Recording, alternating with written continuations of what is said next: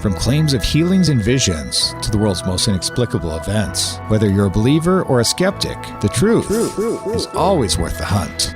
EWTN Radio presents The Miracle Hunter with Michael O'Neill.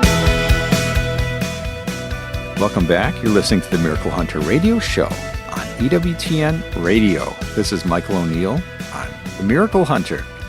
We like to talk about saints on this show, and this program in particular will be no different. We've got two future American saints, perhaps future people to be featured on They Might Be Saints, the EWTN television program of mine that airs on Wednesdays at 9 a.m. Eastern Time.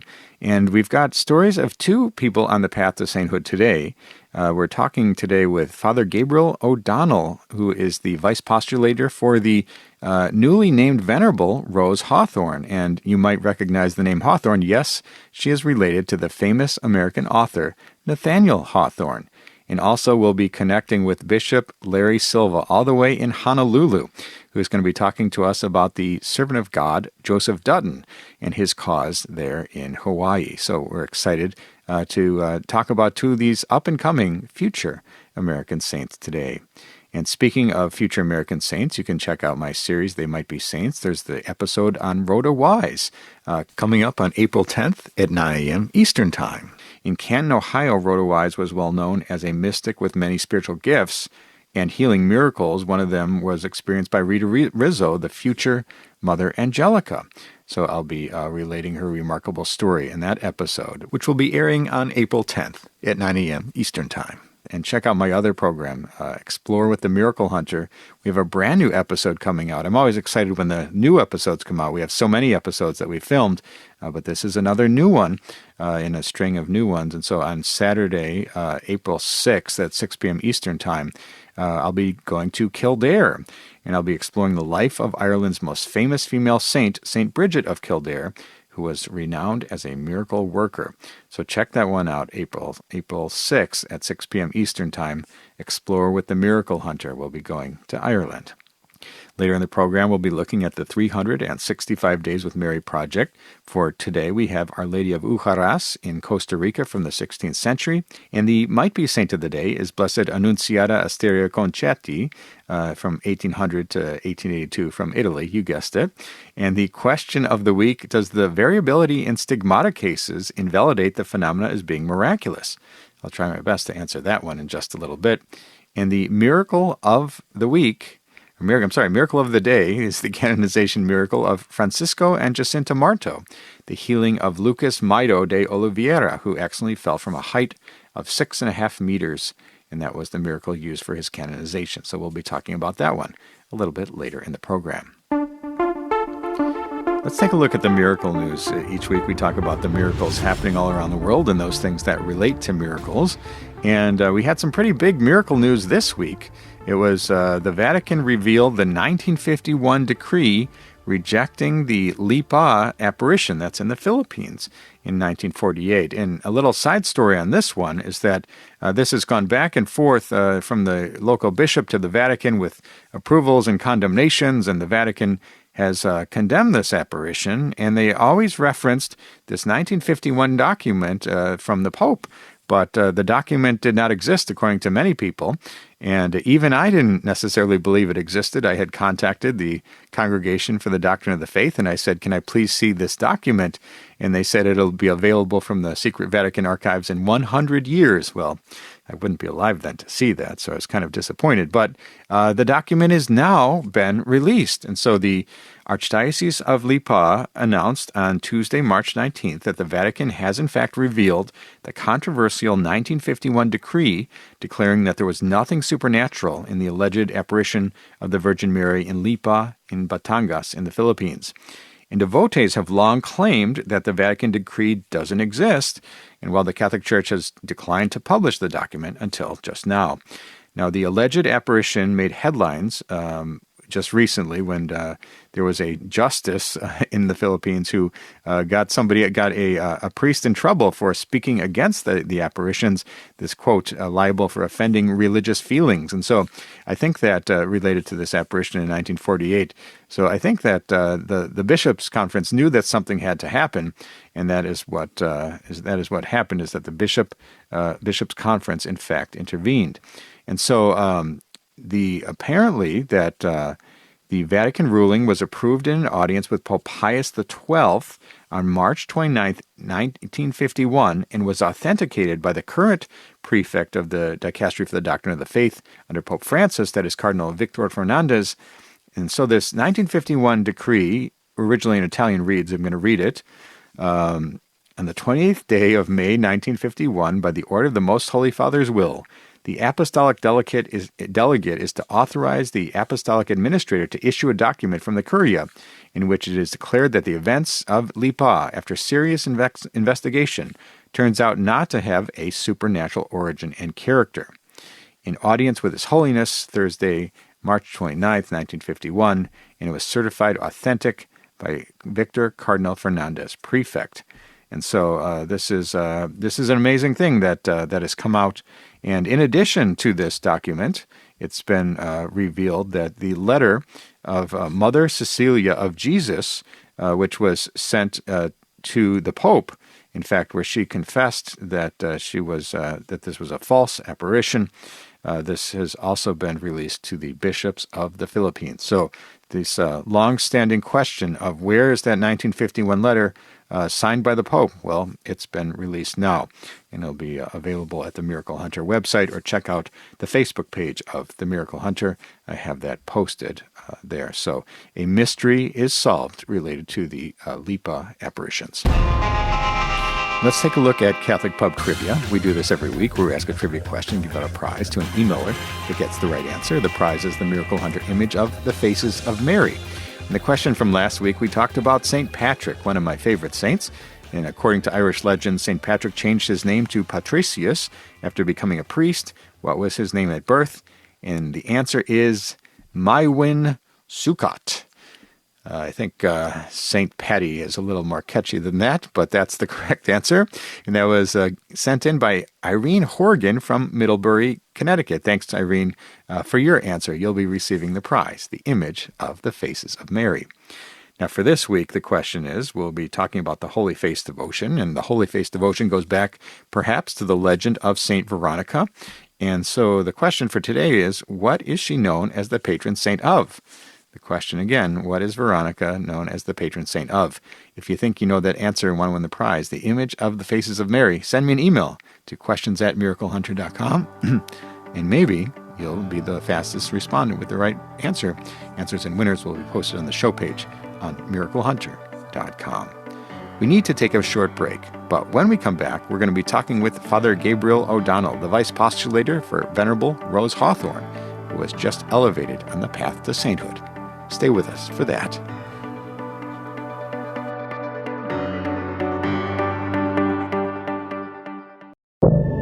Now, back to the Miracle Hunter on EWTN. Here's Michael O'Neill. Welcome back. You're listening to the Miracle Hunter radio show on EWTN Radio. This is Michael O'Neill on the Miracle Hunter.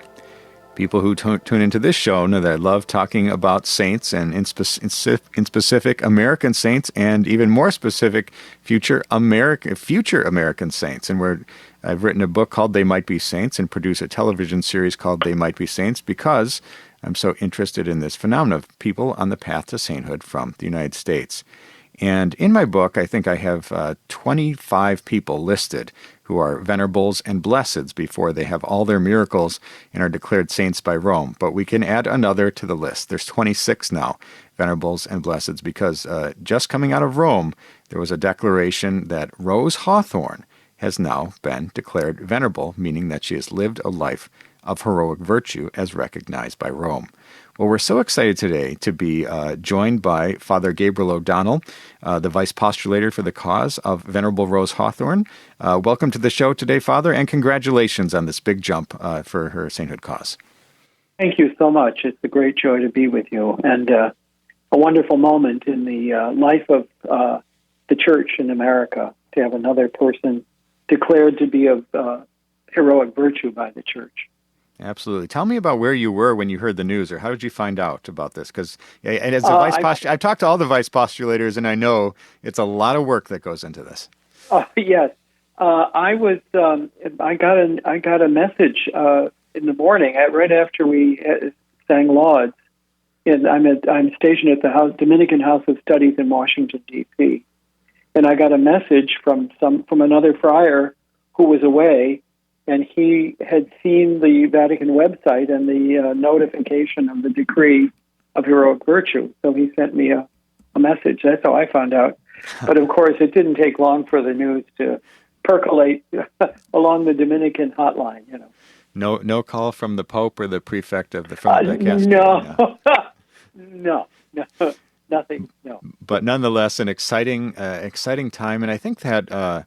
What happens with all these, when it hits the news and American Catholics hear about it, they want to know who was this person who is being considered for sainthood and who's moving along to step 2 from servant of God, venerable, hopefully blessed and saint after that. But tell us a little bit. I think people are fascinated by the connection to Nathaniel Hawthorne, the famous American author. That's right. Yes. Tell us who she was. Who was Rose Hawthorne? She was the most fascinating person. She was the daughter of... there were 3 children in the Hawthorne family, 2 girls and a boy, and she was the youngest, Rose, and she was quite an attractive woman, red hair, a fiery temperament, but was brought up in this atmosphere of culture because, of course, her father being both involved in the diplomatic service for the United States. And also being a published author, she was brought up in a circle of literary elites and educated people, kind of sophisticated people, but they were never financially wealthy. So she was a kind of strange combination of both having access to the kind of, you might say, the higher levels of society, but they were never really wealthy and so therefore never had the kind of security that perhaps might have been true of other people in that social class. She was talented, she could write, she could paint, and but her life was very difficult in this sense that her father died when she was a young woman, and her mother was left with these 3 children. They moved to Germany because of financial constraints. And eventually she married this literary man, George Parsons Lathrop. And so they were madly in love with one another. It was a beautiful relationship. They had a child that tragically died when he was 4 years old, Francis, of diphtheria. And so she lost her father, she lost her mother, and she lost her child.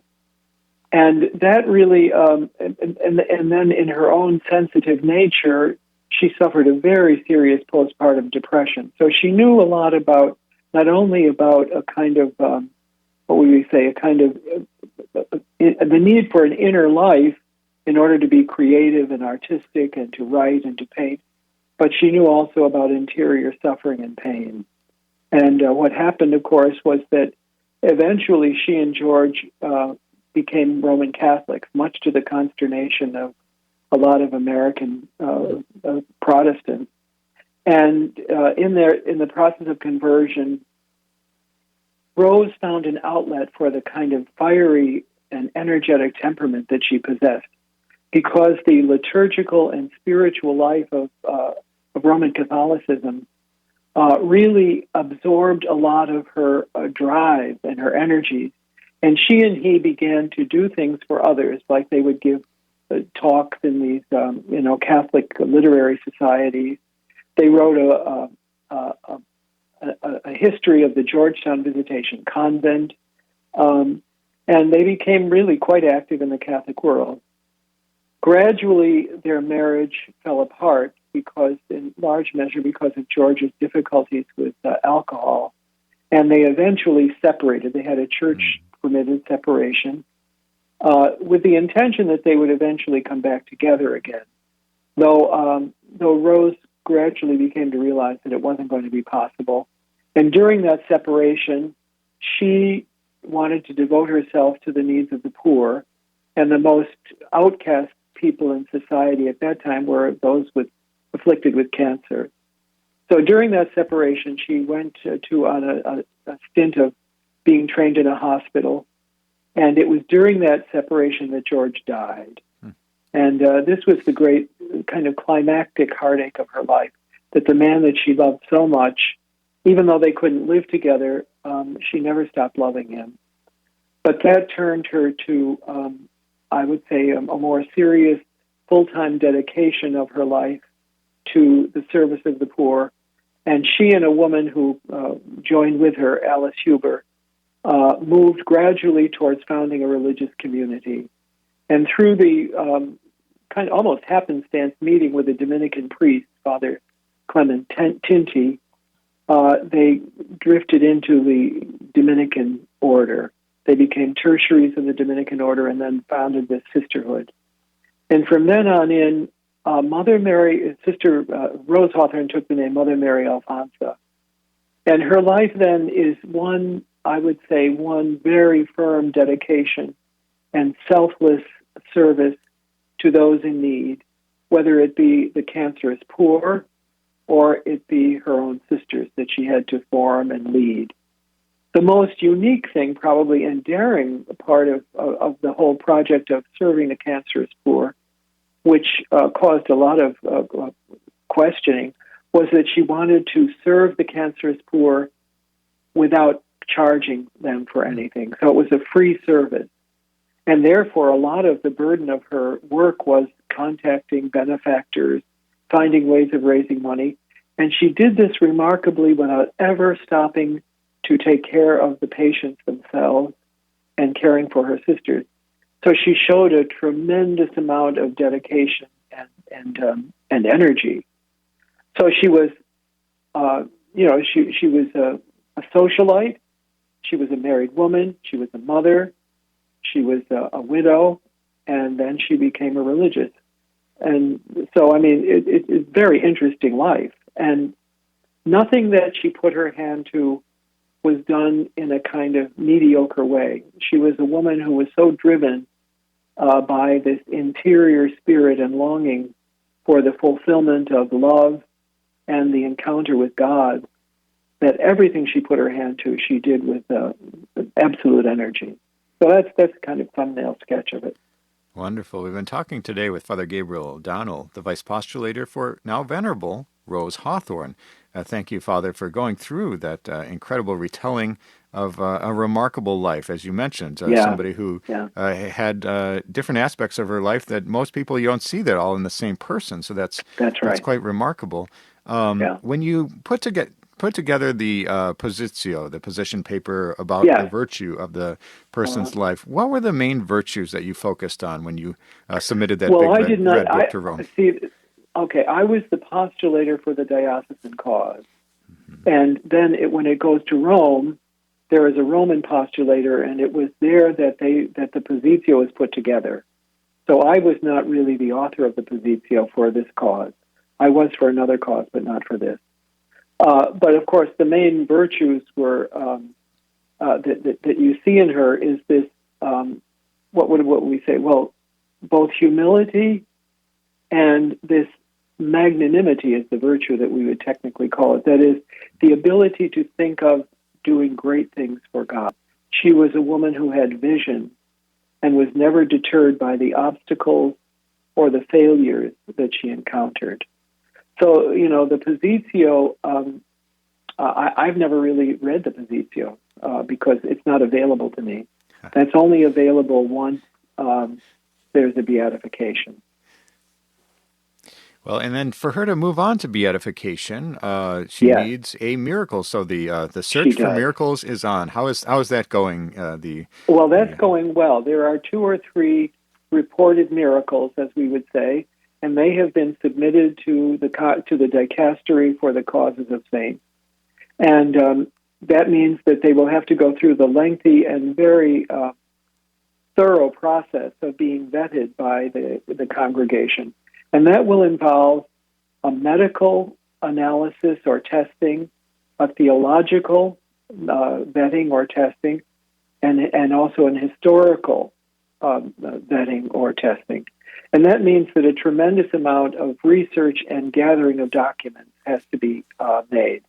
Most miracles today that are approved by the Church are healings. Mm-hmm. Almost all of them. Not always, but most of them are healings. And that means that the amount of, given the state of healthcare today, it means that you have to gather a tremendous number of medical records, and you have to provide also a narrative that explains the meaning of some of these tests and graphs. And there's a lot of technical stuff that has to be included in the presenting of a reported miracle. And perhaps most difficult of all, they can only be seeking the intercession of just one saint in order for it to be clear to Rome. That's right. Well, yes, you have to present proof that this miracle has been attained through the intercession of the particular servant of God. But of course, that never excludes the petitions to Christ and to Our Lady. Right. So it's not a question of saying that you can only pray to this saint, because, of course, the holy person that you're asking for their intercession really only has the, what would we say, the ability to be an effective intercessor because of their relationship with Jesus Christ and their being the son or daughter of Christ's mother, Mary. So it's a kind of, But yes, you have to provide proof that there's been an ongoing recourse to this particular servant of God. And that's why it's so important when people believe that they have experienced or seen a miracle, that they very carefully make a record of how they have gotten a group of people, let's say, to say the prayer for Mother Alfonso, to intercede for them. And for people who perhaps want to find out more about Mother Alfonso, Rose Hawthorne, as we might say, is there a website or other place where they could learn about her life and perhaps find an intercessory prayer? There is. They can go to the Hawthorne Dominican website, the Hawthorne Dominican Sisters. So that's hawthorne-dominicans.org. Or they can just type in the Rose Hawthorne Guild, because on that site you will see there is there's a place where you can join the guild. Now, the guild, of course, is a joining with other people who believe in Mother's holiness. A guild is a group of people who commit themselves to praying for this person's eventual canonization. But in the process, there are certain spiritual benefits that are offered, masses that are offered throughout the year for the intentions of the candidate for canonization, and there are newsletters that are published periodically. And you will find on the website that prayer for canonization. In fact, there is even on the website a very nice little video in which the sisters are praying that prayer for canonization of Mother Mary Alfonso, or Rose Hawthorne, as she's called. Wonderful. Well, we're so grateful to you, Father Gabriel O'Donnell, the Vice Postulator for the Venerable Rose Hawthorne cause. We wish you the best of luck, and we've got something else to pray for in our church in the United States, a future saint moving Venerable Rose Hawthorne along the path to sainthood with some miracles through her intercession. Thank you so much, Father, for joining us on today's program. Thank you very much. Bye now. God bless. And that was Father Gabriel O'Donnell talking to us about the amazing life of Rose Hawthorne. I encourage you to find out more about her and seek her intercession. We need to take a short break, but when we come back, we're going to be looking at the question of the week. Stay with us for that.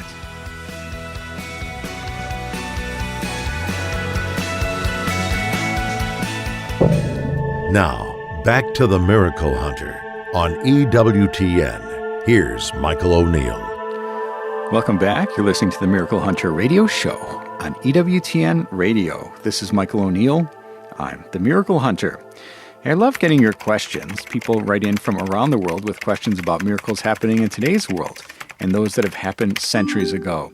And people can write into questions@miraclehunter.com, and maybe I'll be selecting the best question each week. I also like answering questions when I give a presentation. So I've been giving a lot of talks recently, and I gave one recently where we had a great question for people who want to have me speak at their parish. I've been speaking a lot about Eucharistic miracles during this time of Eucharistic revival. Different parishes are having me speak on that topic. And we had an interesting question that popped up. A young man actually spoke up in front of the room to ask this question, and I thought it was a good one. It is, does the variability in stigmata cases invalidate the phenomena as being miraculous? So that was, I thought, was an excellent question. Basically, the questioner is pointing to the fact that stigmata, which is the miraculous or the phenomena of people being marked with the wounds of Christ, there's a great variability, meaning that, for example, you take St. Francis, who is the first known stigmatic, and the wounds in his hands were protrusions of nails coming out of his palms. And then other saints have these bloody wounds in their wrists or their hands or their side or their feet. Therese Newman of Germany had 60 lash marks on her back. Some have wounds in the forehead, and their wounds are different sizes and have different ways of manifesting. They're all different. And so we might say, wait a minute, wouldn't it be such that if the crucifixion happened through the wrists, as indicated by the Shroud of Turin, all the authentic cases of stigmata would show that the same size wound would happen in the same place on the body? And wouldn't that be proof that that is a true phenomena, not some sort of a psychosomatic or mental manifestation of a wound on a body? So it's a good question. And so I think that what's fascinating about stigmata is we say, could this be the case that all these people had psychoses or such a deep, deep devotion or love that they were making those wounds manifest on their own? And, it seems like a viable theory, of course, and then you look at all the cases of studies on the stigmata done over the years. And strangely, or I guess appropriately, there's not been a single study that through hypnosis has ever produced non-superficial wounds on a person's body. And so we know that it cannot be purely a mind-over-body phenomenon. And so this is probably one of these questions that we have to ask God when we get to heaven. And I know I say that a lot, and it's disappointing when I do, but we might not know why there's such a variability in this. But my theory is, anyway, that God meets the mystic halfway, where there was, of course, the true wounds of Christ, the way that Christ was truly crucified. And then we have the way that a mystic, through meditating on the crucifix in his room, or through photos, or through his mind, may imagine the crucifixion. So it's possible that God meets the mystic halfway and blesses or curses them, however you want to consider these wounds, with phenomena as a result of meeting them in the middle of what the mystic brings to the table and what God allows to happen to them. So a fascinating phenomenon, and I think it's truly amazing. And coming up in this year, we have the 800th anniversary of the first stigmata, which is St. Francis of Assisi. So that is somewhat of a big anniversary coming up. And so thank you, young man, for your question about the variability in stigmata cases. That was a good one. Thanks for your courage asking that one in front of the room. Now let's take a look at the 365 Days with Mary project. We do this every week, where we look at the Marian devotion of the day as it lines up exactly to the day's date. And we all know Fatima, May 13th, or Lourdes, February 11th, or Guadalupe, December 12th. But believe it or not, there's a different Marian devotion for each and every day of the calendar year. It might be a feast day, or an anniversary of a miracle, or the building of a basilica, or some other way that Mary is celebrated or honored in countries all around the world. And so for today's day, we've got Our Lady of Ujaras in Costa Rica in the 16th century. And the story goes that in the 16th century, a native was fishing in the Pacuare River when he saw a wooden box that he picked up without opening it and brought it to his people. When he reached Ujaras on his way to Cartago, he could not lift the box even with the help of others. They opened the box to discover a beautiful statue of the Virgin Mary.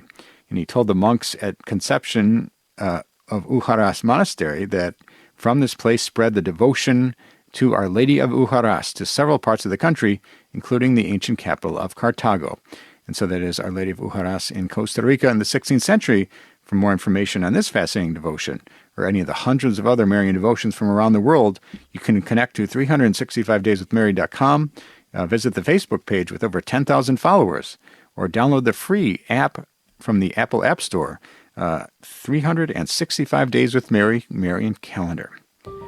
Let's take a look at the Miracle of the Day. This is a new segment that we do, we've been doing in 2024, where we find a miracle that happened on today's date at some point in history. So for today's day, we look at the miracle of the canonization of Blessed Jacinta and Francisco Marto, the Fatima children, who were canonized on May 13th, 2017. I was there to see that myself. So in this case, in March of 2013, while playing with his little sister at his grandfather's house in Camp Mourão in the state of Paraná in Brazil, there was a boy, Lucas Maida de Oliveira, who accidentally fell from a height of 6.5 meters. In the fall, the child suffered a serious open cranioencephalic trauma with loss of brain substance, severe coma, additional axonal damage, serious danger of death, or a serious consequence. That was a quote from the report. The child's father picked him up from the sidewalk immediately after the accident and invoked Our Lady of Fatima and the Fatima children, and prayed that very same night for the family together with the community of Carmelite nuns and the Medical Council of the Congregation for the Cause of Saints, which examined the case in February of 2017, which seemed like it was right before that canonization, declared the subsequent complete and very rapid recovery to be scientifically inexplicable. And so that is the miracle of the day for today in the year 2013. Let's take a look at They Might Be Saints. We do this every week where we talk about the television series They Might Be Saints, which airs on Wednesdays at 9 a.m. Eastern Time. And we talk a little bit about the sainthood news because we talk about those servants of God, those venerables, those blesseds who are on the path to sainthood before they have all their miracles and are declared a saint. So we always like to keep you up to date on who's coming down the pipeline. So on Thursday, March 14th, the Holy Father received in audience His Most Reverend Eminence Cardinal Marcelo Semeraro, the prefect for the Dicastery for the Cause of Saints. And during this audience, the Pope authorized the same dicastery to promulgate the decree regarding the martyrdom of the servant of God, Max Josef Metzger, a diocesan priest who founded the secular institute Societas Christi Regis. He was born in 1887 in Germany and killed out of hatred of the faith, odium fidei, on April 17th, 1944, in Brandenburg in Germany. And according to the Dicastery for the Cause of Saints website, he was a diocesan priest, a founder of the secular institute Christi Regis, and he was aware that the commitment to peace and ecumenism, as well as the rejection of the Reich state in the name of the primacy of Christ, could cost him his life. He had expressed willingness to give his life in a response to God's will. And again, there was a quote from the website for the Dicastery for the Cause of Saints. And we have Max Joseph Metzger, who will be declared blessed. With one miracle, he will become Saint Joseph Metzger. And that's that's the update on saints coming down the pipeline. Let's take a look at the Might Be Saint of the Day. We look for servants of God, venerables, or blesseds who have a feast day or a death anniversary on today's date. So for today's date, we have Blessed Annunziata Asteria Concetti, who lived from 1800 to 1882 in Italy. And her feast day is today, on March 23rd. And she was born on May 9th in 1800 in Rovato in Italy. And she was orphaned at age 7, and she was raised by her grandmother. At the age of 17, she opened a school for poor girls in her home, and she taught school at Rovato, Italy, at the age of 22, and then at Cemo, Via Monica in Italy. And she helped found the Sisters of Dorothy of Cemo and served in the order for 40 years. And she died on March 23, 1882, in Cemo in Italy of natural causes, declared venerable on May 13, 1889, by Pope John Paul II, and beatified, also by Pope John Paul II, on April 12, 1991, with a second miracle. Blessed Annunziata will become Saint Annunziata. We need to take a short break, but when we come back, we're going to be talking about Joseph Dutton. Could he be the third saint from the state of Hawaii. Stay with us for that. Now, back to the Miracle Hunter on EWTN. Here's Michael O'Neill.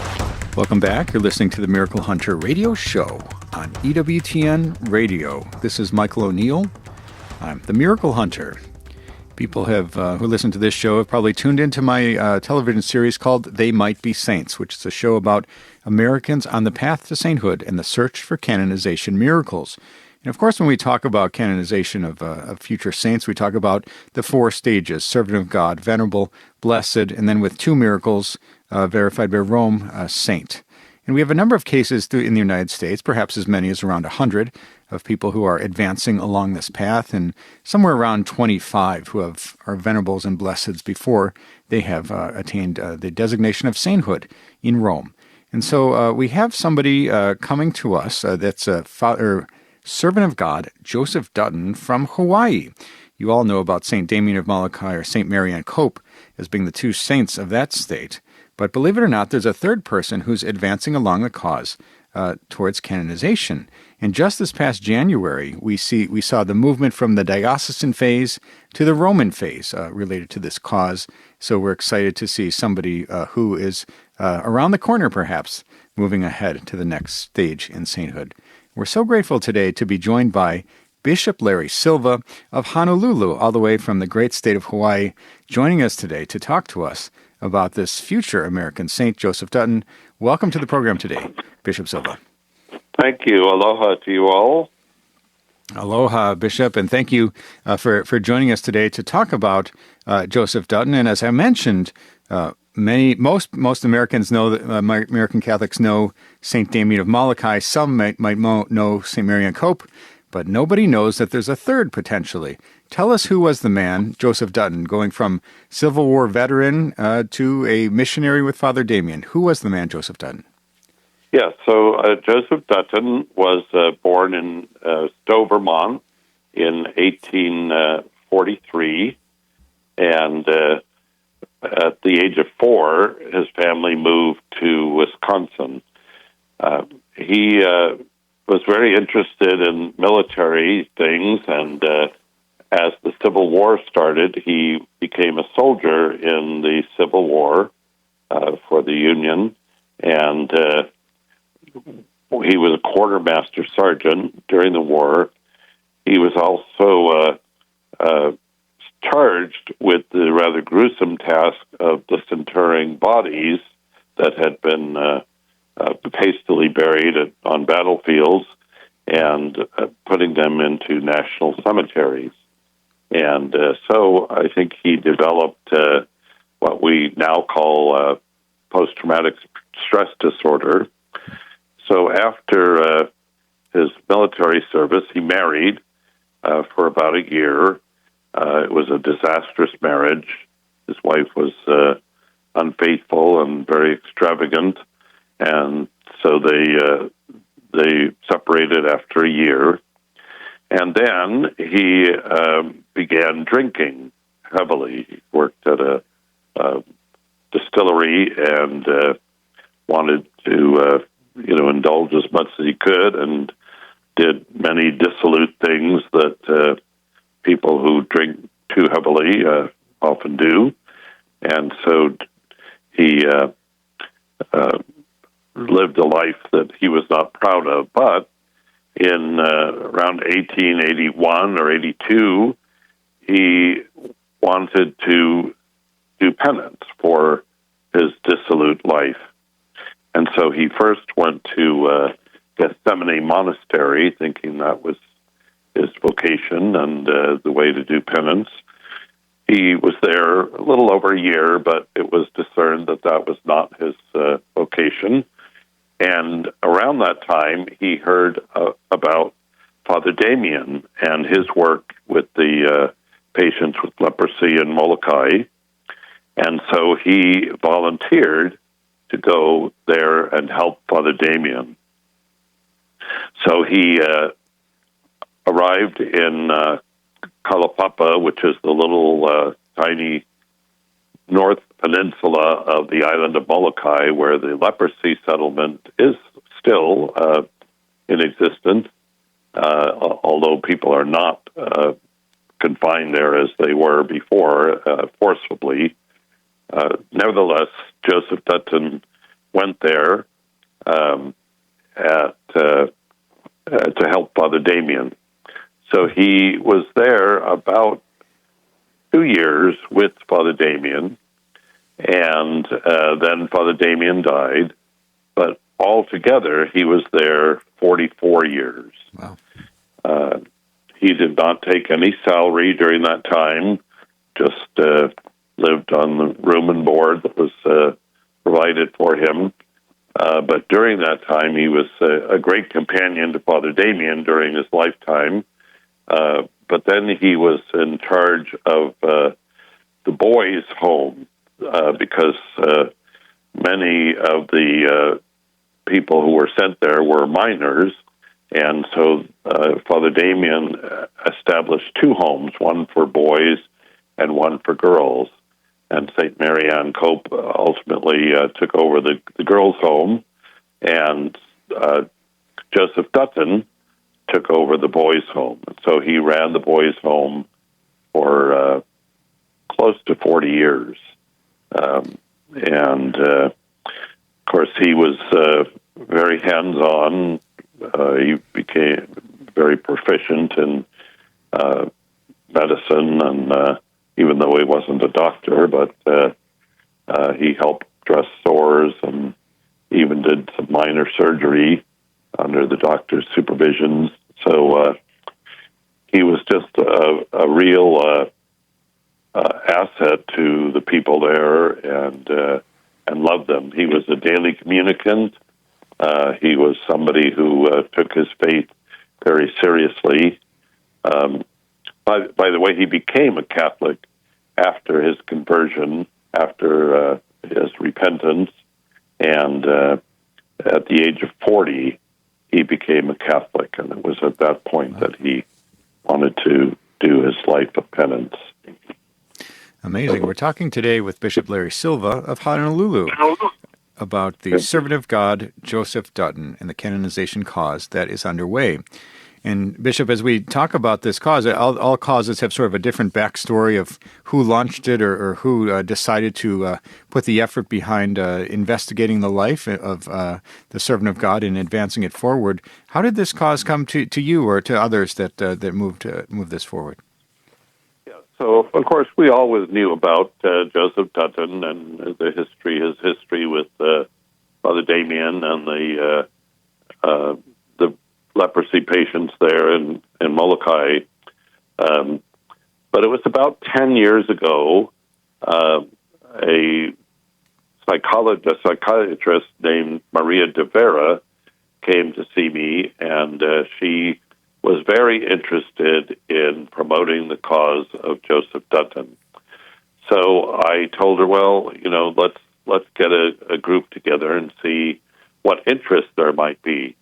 So we did get a group together, which eventually became the Joseph Dutton Guild after a year or two of discussing the prospects and the procedures.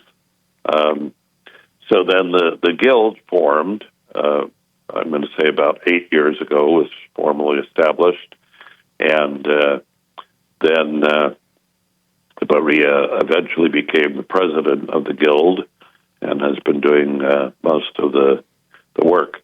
And we were fortunate enough to recruit Monsignor Robert Sarno to be our advisor and now my personal Episcopal representative for the cause.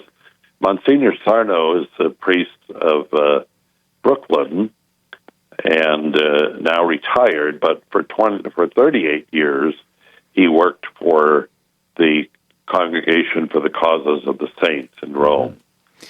And so that's a good advisor to have right there. Yes, a very, very good advisor. So he has been working very diligently with us and seems to be very optimistic about this cause. So we're very grateful to him and all of the work that he has done. Wonderful. And we talked a little bit at the very beginning about how the diocesan phase has now closed there in the cause, and that's a big first step. And now it heads to Rome. Tell us a little bit about what will happen next as far as the development of his positio, or moving towards the recognition of his heroic virtue. Yeah, so we have appointed a Roman postulator, someone who is very experienced with postulation for sainthood causes, and he will take all the material that we sent. I believe it was a whole trunk load of documents, and sift through them and write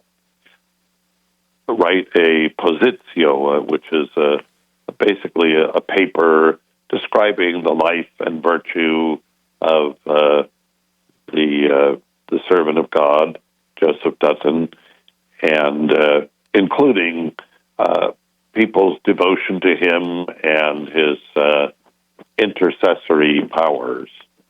So, they want to know that there are people who are devoted to him, who look up to him as a holy man, and who pray to him for intercession for various needs. And speaking of those needs, or the seeking of favors or miracles, currently a miracle cannot be used to elevate him to beatification until he has officially been declared venerable by Rome. But people can pray to Joseph Dutton and seek his intercession, and the cause will keep track of all those cases that have been recorded. Have there been stories of favors or the intercession of Joseph Dutton in these early stages of his canonization cause? Yes, there have, and in fact, there is a healing that is currently being investigated, and even though he has not yet been declared venerable, if he is declared venerable, this healing would count, if you will, for that miracle, if it is indeed judged to be a miracle. So that the documentation for that has already been submitted to Rome, to the dicastery for the Congregation of the Saints, and so it could be a simultaneous process of his being declared venerable and the miracle being accepted, I suppose. That would be wonderful. There have been some rare cases where venerable and blessed have followed within a month or so of each other, so perhaps this is one that we're looking at today. We've been talking today with Bishop Larry Silva of Honolulu about Joseph Dutton and his cause for canonization. And for people who might be interested in the story of Joseph Dutton, his incredible turnaround, you might say, in his life and his life of holiness, as hopefully Rome will recognize at some point in the near future. So the website is josephdutton.org is the guild website for Joseph Dutton, and people can go there to find out more about his incredible life and also find out some prayers, intercessory prayers, seeking his help for favors and miracles. Well, we're so grateful to you, Bishop Larry Silva, joining us all the way from Honolulu to talk about the incredible life of Joseph Dutton, and we've got something else to pray for perhaps a future saint coming out of the state of Hawaii. Yeah. We would appreciate all of your prayers. Thank you. Thank you so much for joining us on the program today. And we've been talking with Bishop Larry Silva about Joseph Dutton. Thank you so much, Bishop, for joining us on today's program. Thank you, and God bless. God bless. That was Bishop Larry Silva talking to us about Joseph Dutton. Check out the website, josephdutton.org, for more information on this future saint and to find out about his canonization cause. And that's all the time we have for today's show. If you missed any of this episode or want to catch up on past episodes, you can go to EWTN.com/radio, check out the audio archives, or download the free EWTN app. I'd like to thank our guest today, Father Gabriel O'Donnell, talking to us about the canonization cause of Venerable Rose Hawthorne, and also the Bishop of Honolulu, Larry Silva, talking to us about Servant of God, Joseph Dutton, and his cause for sainthood. Check out a new episode of Explore with the Miracle Hunter on Saturday, April 6th at 6 p.m. Eastern Time, Kildare. I'll be exploring the life of Ireland's most famous female saint, St. Bridget of Kildare, who is a renowned miracle worker. And I'd like to thank you today for joining me on Miracle Hunter, where from claims of healings and visions to the world's most inexplicable events, whether you're a believer or a skeptic, the truth is always worth the hunt. Talk to you next week.